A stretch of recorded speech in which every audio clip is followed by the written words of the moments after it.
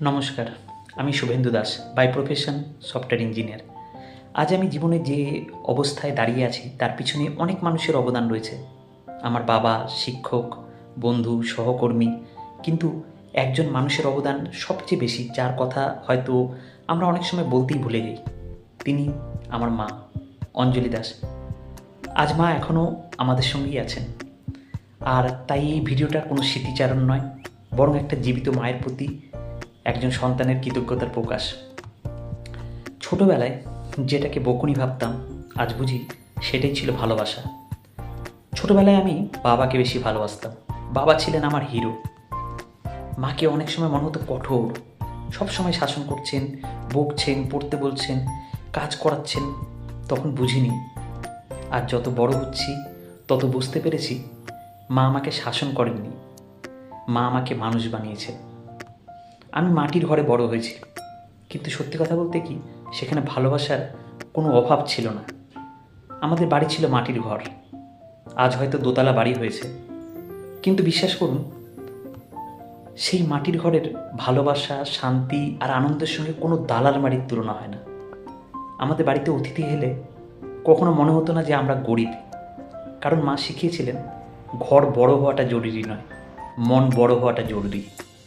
আজও আমি বিশ্বাস করি, অতিথিদের সম্মান করা, মানুষের সঙ্গে ভদ্রতার সঙ্গে কথা বলা, সবার পাশে দাঁড়ানো, এসব বই পড়ে শেখা যায় না। এসব শেখায় একজন মা। কীভাবে বয়স্কদেরকে সম্মান করতে হয়, রেসপেক্ট করতে হয়। আজ মাঝে মাঝে অনেক জায়গায় দেখি সেই জিনিসগুলো কোথায় যেন হারিয়ে গেছে। তো যাই হোক, মায়ের কাছ থেকে যে শিক্ষা, সেই শিক্ষার কোনো তুলনা নেই। তারপরে যেটা বলতে চাই যে পড়াশোনাটা আমার কোনোদিনই ভালো লাগতো না, পড়াশোনায় আমার মন বসতো না। আমি ছোটোবেলায় খুব চঞ্চল ছিলাম, মানে আমার মন সবসময় এদিক ওদিক ছুটে বেড়াতো। হয়তো বই সামনে নিয়ে বসে আছে, কিন্তু আমার মন হয়তো খেলার মাঠে বা কোনো বন্ধুকে নিয়ে কোনো কিছু ভাবছি। আর আমার মা আমার থেকে আমাকে বেশি বুঝতো, জানতো।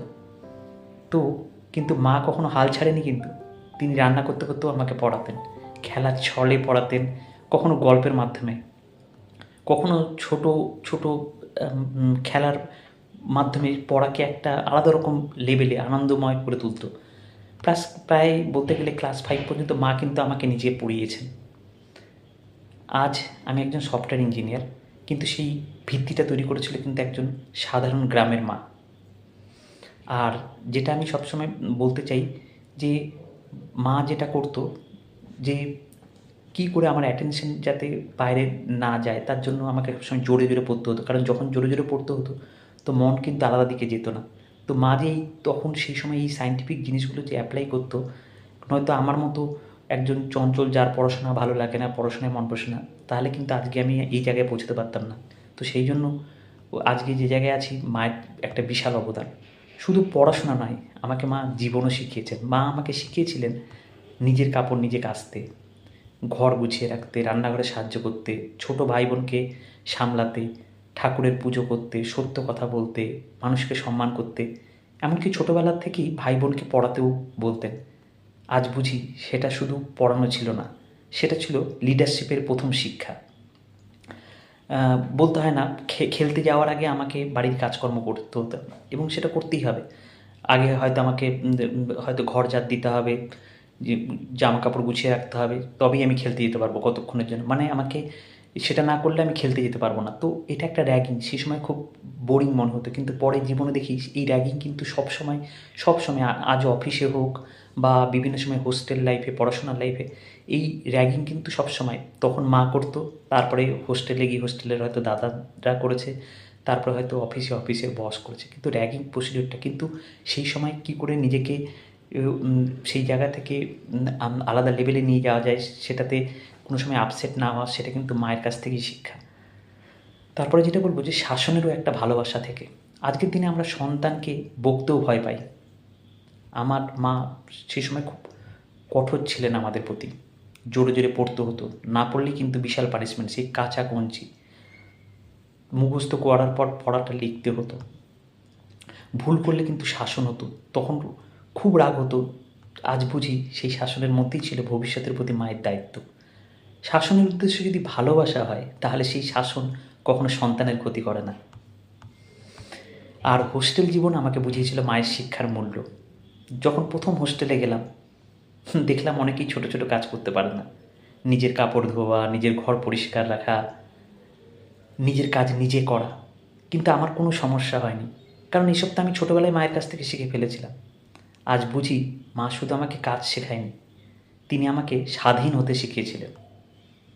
আর সবথেকে বড় কথা যেটা, ভগবানের প্রতি বিশ্বাস, আস্থা। আমার মা খুব ধর্মপ্রাণ ছিলেন। লক্ষ্মী পূজা, দুর্গা পূজা, কালী পূজা, শিব পূজা, মঙ্গলচণ্ডী, শনি পূজা, কত উপবাস, কত ফাস্টিং। আমি ভাবতাম এই উপবাস করে কী হয়।